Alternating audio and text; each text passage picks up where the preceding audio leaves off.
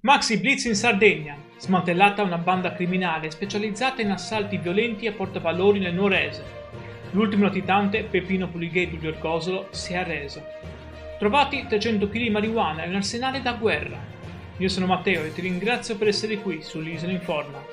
Se vorrei stare aggiornato sulle operazioni contro la criminalità organizzata in Sardegna e sostenere l'informazione locale, iscriviti al canale e lascia un like.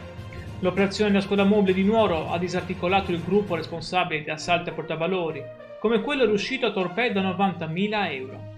La banda aveva pianificato anche un colpo da $500.000 sventato dalla polizia.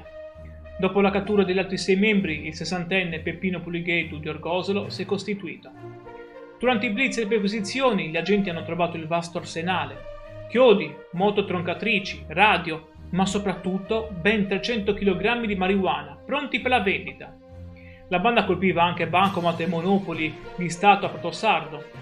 Ma chi erano i fiancheggiatori che hanno aiutato il latitante a nascondersi per oltre 48 ore nel Nuorese?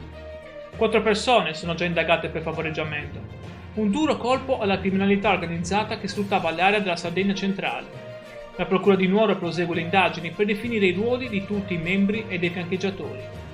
Se questa operazione della polizia ti ha colpito, condividi il video per informare altri sardi sulla lotta alla criminalità. Iscriviti per non perdere i prossimi aggiornamenti. Grazie per il tuo tempo e per aver seguito questo aggiornamento sull'Isola in Forma. La tua attenzione è fondamentale per tenere alta la guardia contro la criminalità organizzata in Sardegna. Ciao e stammi bene.